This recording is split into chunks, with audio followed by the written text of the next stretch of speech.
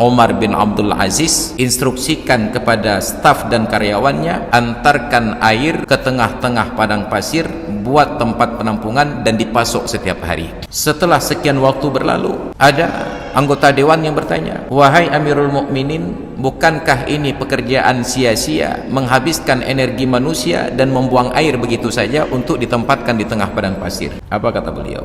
Saat saya dititipkan amanah oleh Allah untuk menjadi pemimpin, maka saya bukan hanya bertanggung jawab untuk manusia, saya bertanggung jawab untuk semua makhluk yang hidup di masa saya. Maka saya khawatir ada seekor keledai tersesat di tengah padang pasir, mati kehausan. Di akhirat Allah akan tanya kepada saya, kenapa engkau biarkan keledai itu mati? Tapi adakah semangat dari Umar bin Abdul Aziz ini masuk ke dalam pemimpin di Aceh? Nanti Allah akan minta tanggung jawab kepada saya, kenapa ada warga Aceh yang mati bunuh diri karena tidak punya biaya hidup?